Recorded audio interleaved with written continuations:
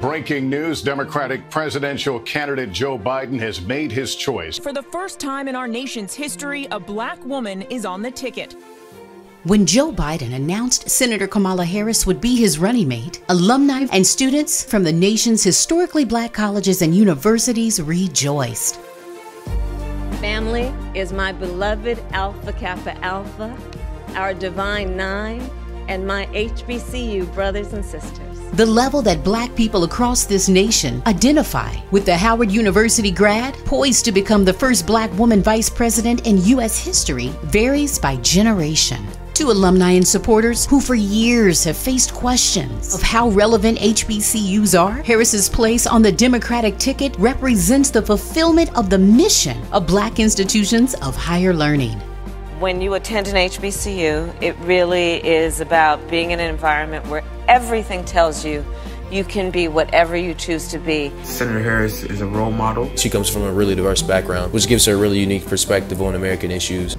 Her announcement also brings to point the vital idea that there needs to be a better understanding of assets in majority black cities, schools, and communities. So Joe and I have a commitment that includes $70 billion going to HBCUs and MSIs, minority serving institutions, to basically lower the cost and improve the quality of the environment in terms of the resources that are needed. Part of our plan also includes $20 billion going to our HBCUs for infrastructure upgrades.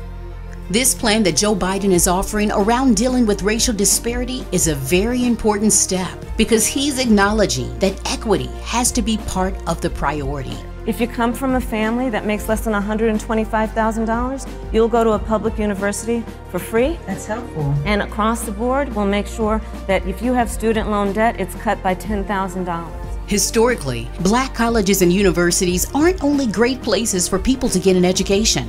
They provide a foundation for population growth and economic development. With the lure of free education, a case can certainly be made that HBCUs are competitive assets, well worth the investment. And like other PWIs, HBCUs can leverage specialized degree programs and students to support local economies. Historically and currently, HBCUs produce 50% of black teachers. We know that we have not only a responsibility but a duty to make sure that we support our teachers in every way, because of course they are doing the most noble work one could do professionally, which is to teach the children.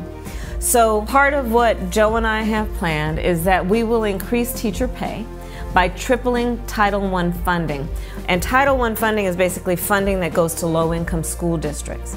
In addition, our plan is to invest $5 billion at HBCUs and minority-serving institutions for graduate programs in teaching and healthcare and STEM that will build entrepreneur programs and internship programs and develop pipelines for people to have career success. Consider the potential of towns that house or are adjacent to HBCUs. HBCUs can be a significant support in an economic and workforce development strategy for city sustainability and growth. We have to support our HBCUs historically and currently. They are the pipeline to brilliant black minds who go on to be leaders of our nation and internationally leaders of the world. A mind is a terrible thing to waste, but a wonderful thing to invest in.